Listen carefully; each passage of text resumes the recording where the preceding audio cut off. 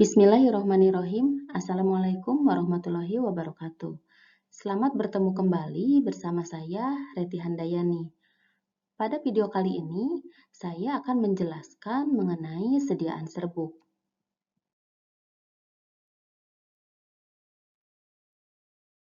Menurut Pharmacope edisi 4, sediaan serbuk merupakan campuran kering bahan obat atau zat kimia yang dihaluskan ditujukan untuk pemakaian oral atau pemakaian luar. Umumnya, serbuk memiliki ukuran 0,1 sampai 10.000 mikron.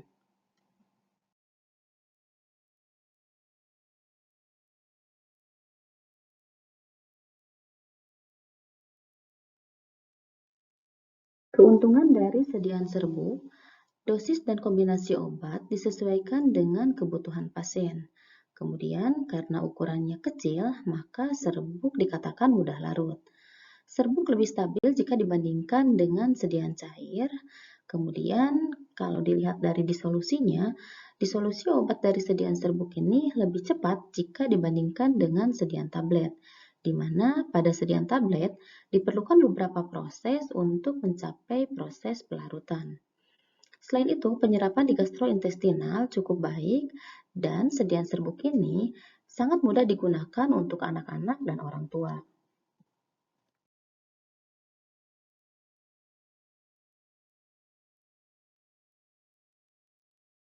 Selain keuntungan, serbuk memiliki beberapa kerugian. Di antaranya adalah kurang baik untuk bahan yang mudah rusak atau terurai dengan adanya lembab atau kontak dengan udara. Rasa pahit sulit ditutupi, peracikan membutuhkan waktu yang tidak sebentar, dan tidak stabil sehingga perlu penyimpanan yang sesuai.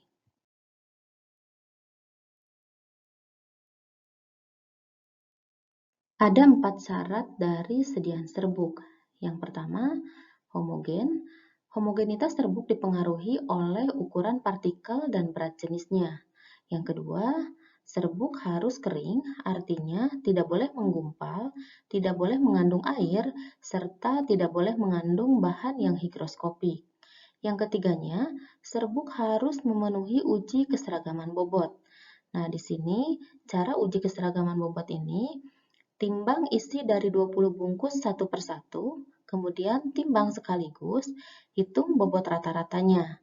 Penyimpangan satu per satu terhadap bobot isi rata-rata tidak lebih dari 15% tiap bungkus dan tidak lebih dari 10% tiap 18 bungkus.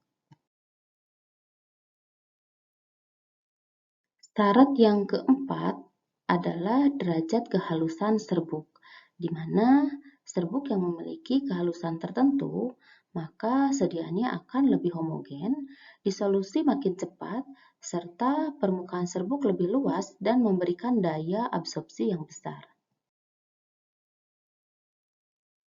Sekarang kita lihat derajat halus dari serbuk. Derajat halus serbuk dinyatakan dengan nomor pengayak. Nomor pengayak menunjukkan jumlah lubang setiap 2,54 cm dihitung sepanjang arah kawat. Nah, di sini ada dua jenis penomoran pada pengayak. Yang pertama, untuk pengayak satu nomor, artinya semua serbuk dapat melalui pengayak dengan nomor tersebut, misalnya mes 100. Kemudian, jika dinyatakan dalam dua nomor, semua serbuk dapat melalui pengayak dengan nomor terendah dan tidak lebih dari 40% melalui pengayak dengan nomor tertinggi. Misalnya, pengayak 44 per 100. Nah, ini adalah contoh dari nomor ayakan. Kalau kita lihat di sini, untuk nomor ayakan nomor 2, maka lubang ayakannya 9,5 mm. Untuk nomor ayakan nomor 3,5, maka lubang ayakannya adalah 5,6. Kalau dilihat dari nomor ayakan tersebut, maka semakin besar nomor ayakan, maka lubang ayakannya itu semakin kecil. Sekarang kita lihat contoh gambar berikut. Ayakan ini disusun dari atas ke bawah dengan ukuran ayakan paling atas, misalnya mes 14. Kemudian untuk ayakan paling bawah, misalnya mes 100, di mana semakin besar nomor ayakan, maka lubang ayakan semakin kecil dan serbuk yang dihasilkan semakin halus. Sekarang kita lihat klasifikasi dari ukuran serbuk. Untuk serbuk yang sangat kasar, maka pengayaknya 5/8. Kemudian untuk serbuk kasar 10/40, serbuk agak kasar 22/60, serbuk agak halus 44/85, untuk serbuk halus 85, serbuk sangat halus 120, dan serbuk sangat halus berikutnya adalah 200/300. Selanjutnya kita lihat klasifikasi serbuk berdasarkan derajat halus. Nah, di sini kalau kita lihat klasifikasinya ada simplisia nabati dan hewani serta bahan kimia. Kalau kita ambil contoh pada serbuk sangat kasar untuk simplisia nabati dan hewani, artinya semua serbuk harus melewati ayakan nomor 8 dan 20% serbuk harus mampu melewati pengayak nomor 60. Sedangkan untuk bahan kimia, semua serbuk harus mampu melewati ayakan 20 dan 60% serbuk harus mampu melewati pengayak dengan nomor 40.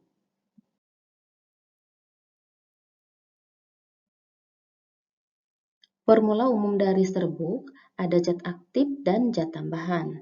Untuk zat aktif padat, contohnya ada asetosal dan paracetamol. Untuk zat aktif semisolid, contohnya ada adepslane dan ekstra kental. Kemudian untuk zat aktif cair, contohnya ada ekstrak cair dan tinktur. Sedangkan untuk zat tambahan yang umum digunakan biasanya talak, SL atau saharum laktis, sakarin, dan glukosa. Berikut ini adalah pembagian dari serbuk. Serbuk dibagi menjadi dua, ada pulperes dan pulpis. Kita lihat untuk pulperes. Pulperes merupakan suatu campuran yang dibagi ke dalam bobot yang kurang lebih sama, dibungkus dengan menggunakan bahan pengemas yang cocok untuk sekali minum. Sedangkan yang dimaksud dengan pulpis merupakan serbuk yang tidak dibagi dalam jumlah banyak, yang dinyatakan suatu cara pemakaian dalam takaran sendok teh atau sendok lain, maka selalu sesendok rata serbuk. Selanjutnya, kita lihat pembahasan mengenai pulperes.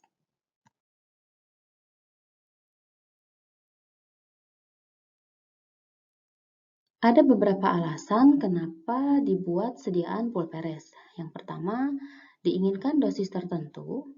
Yang kedua, diinginkan beberapa macam obat pada satu sediaan sesuai dengan keperluan pengobatan. Yang ketiga, campuran obat lebih stabil dibandingkan dengan larutan. Namun, perlu diperhatikan adanya OTT, obat secara fisik, kimia, dan farmakologi. Nah, di sini untuk pembuatan pulperes sebaiknya maksimal hanya 10 bungkus. Selanjutnya kita lihat petunjuk umum dalam pembuatan pulperes. Yang pertama, untuk sediaan tablet atau bahan yang kasar digerus terlebih dahulu. Serbuk yang mudah meleleh, contohnya minyak atsiri, dibungkus dengan perkamen, kemudian dilapisi lagi dengan kertas logam. Bobot serbuk bagi rata-rata 300 sampai 500 mg. 300 mg untuk anak-anak, sedangkan 500 mg umumnya untuk dewasa. Sebagai zat pengisi digunakan laktosa, kemudian untuk bahan yang mudah menguap ditambahkan terakhir. Jika serbuk halus yang berkhasiat keras, umumnya ditambahkan saharum laktis atau SL. Obat yang jumlahnya sedikit digerus dan dimasukkan terlebih dahulu.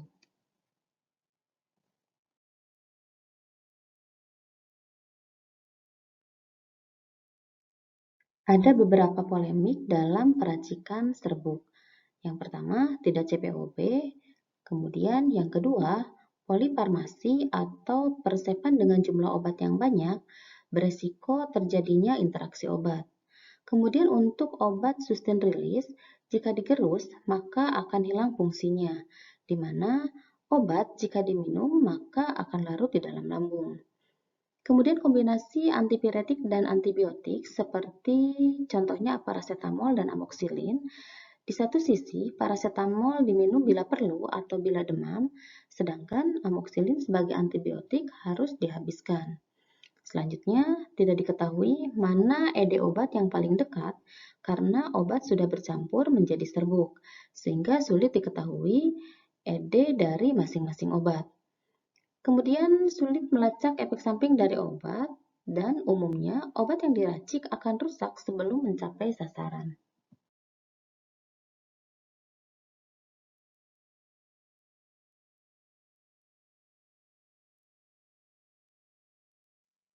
Berikut ini adalah langkah-langkah pembuatan sediaan serbuk. Yang pertama di sini memperkecil ukuran partikel, kemudian ada proses pencampuran, membagi serbuk, dan membungkus. Kita lihat untuk yang pertama di sini memperkecil ukuran partikel bisa melalui penggerusan atau triturasi, penggilingan atau lepigasi, kemudian ada juga menggunakan pelarut. Kemudian yang kedua adalah tahap pencampuran. Pada tahap ini, di sini ada spatulasi, tidak ada tekanan, kemudian bahannya sedikit dan tidak berhasiat keras. Selanjutnya ada penggerusan atau triturasi, ada pengayakan dan penggulingan. Kemudian untuk tahap ketiganya, membagi serbuk atau pembagian serbuk, menimbang dengan tepat dan akurat, kemudian adanya tahap blocking dan dividing, di sini umumnya kurang teliti, kemudian secara visual langsung di atas perkamen, dan pengukuran dengan menggunakan sendok atau gelas pengukur. Terakhir adalah proses membungkus dengan menggunakan perkamen, kertas lilin, atau kertas perak. Contoh wadah yang digunakan untuk sediaan serbuk bisa menggunakan dus serbuk, kemudian bisa menggunakan pot atau botol dengan mulut yang lebar. Di sini ada beberapa syarat untuk wadah. Yang pertama harus terlindung dari pengaruh cahaya, udara, kemudian mencegah penguapan serbuk serta mudah diambil dari wadahnya.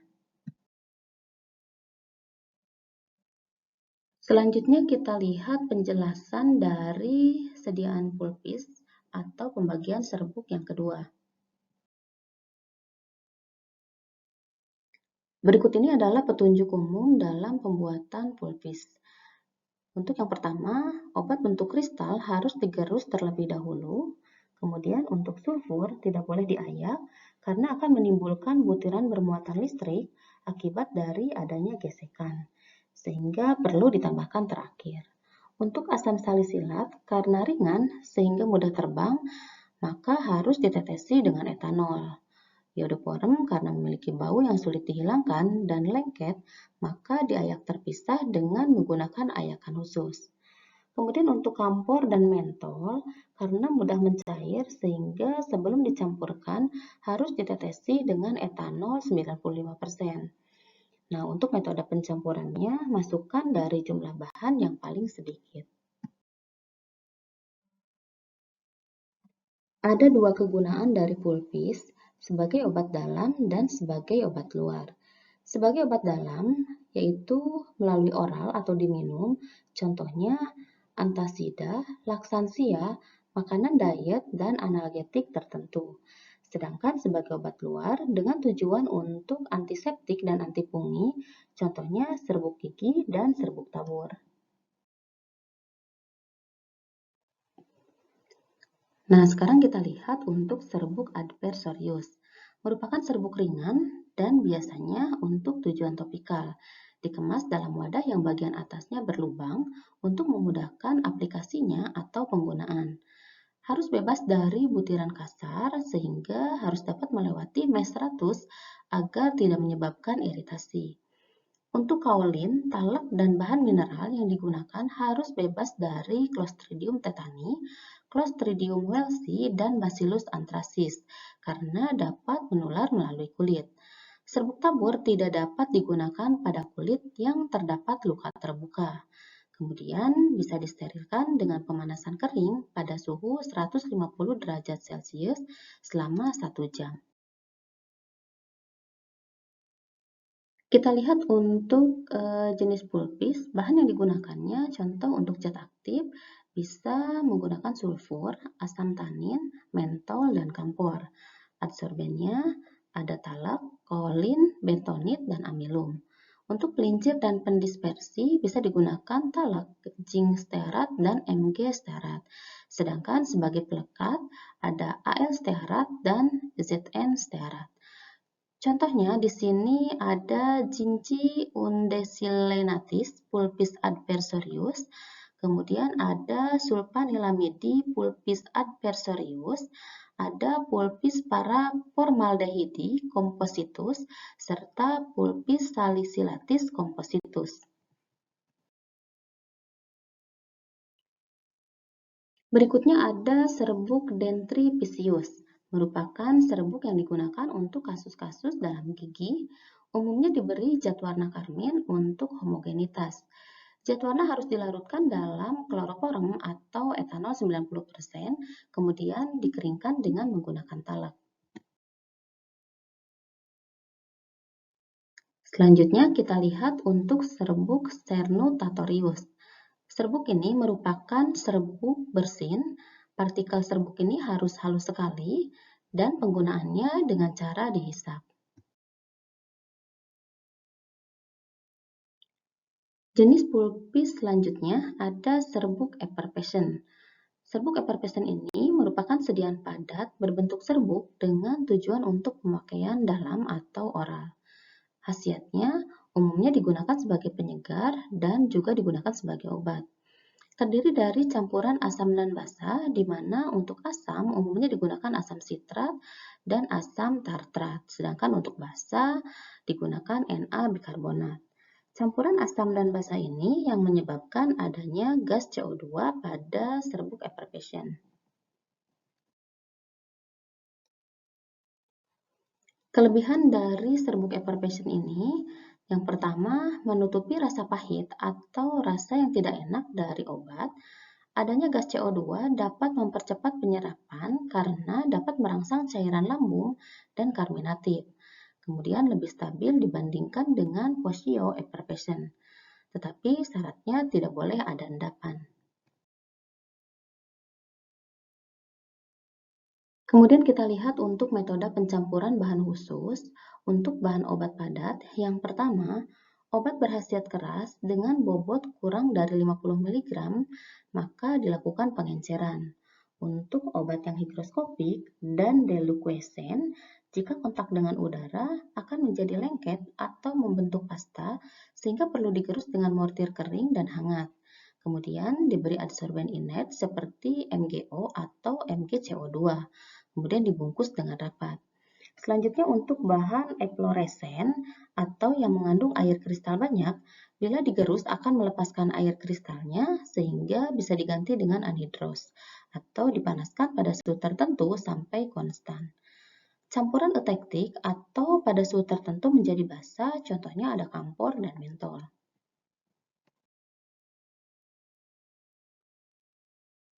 Nah, sebagai contohnya, di sini ada serbuk halus sekali, ada belerang dan iodoform. Serbuk sangat halus dan berwarna, rifampicin, karboadsorben, stibipentasulfidum. Kemudian untuk serbuk halus berkhasiat keras, ada luminal dan atropin sulfas, serta untuk serbuk hablur dan kristal, ada kampor, asam salisilat, asam benzoat, naptol, mentol, garam iodin, dan Ki.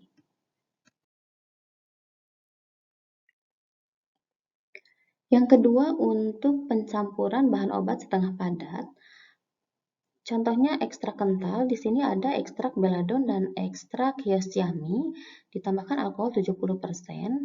Kemudian untuk ekstrak cannabis indica, di sini bisa ditambahkan alkohol 90%. Kemudian untuk pengering digunakan amilum atau saharum laktis. Kemudian ada paslin dan adepslane. Untuk jumlah kecil ditambahkan pelarut organik, kemudian ditambahkan pengering. Sedangkan untuk jumlah besar bisa dilakukan peleburan di waterbath, kemudian ditambahkan pengering.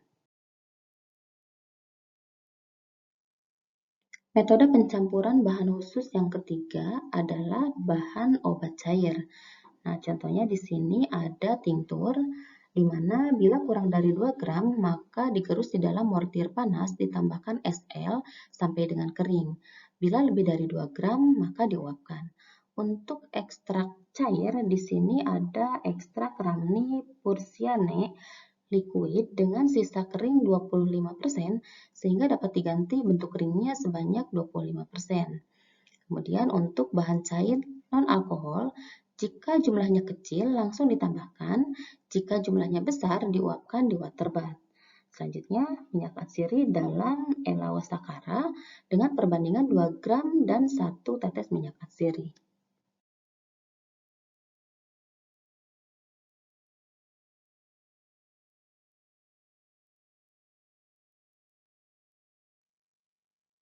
Baiklah, untuk materi sediaan serbuk kali ini dicukupkan sekian.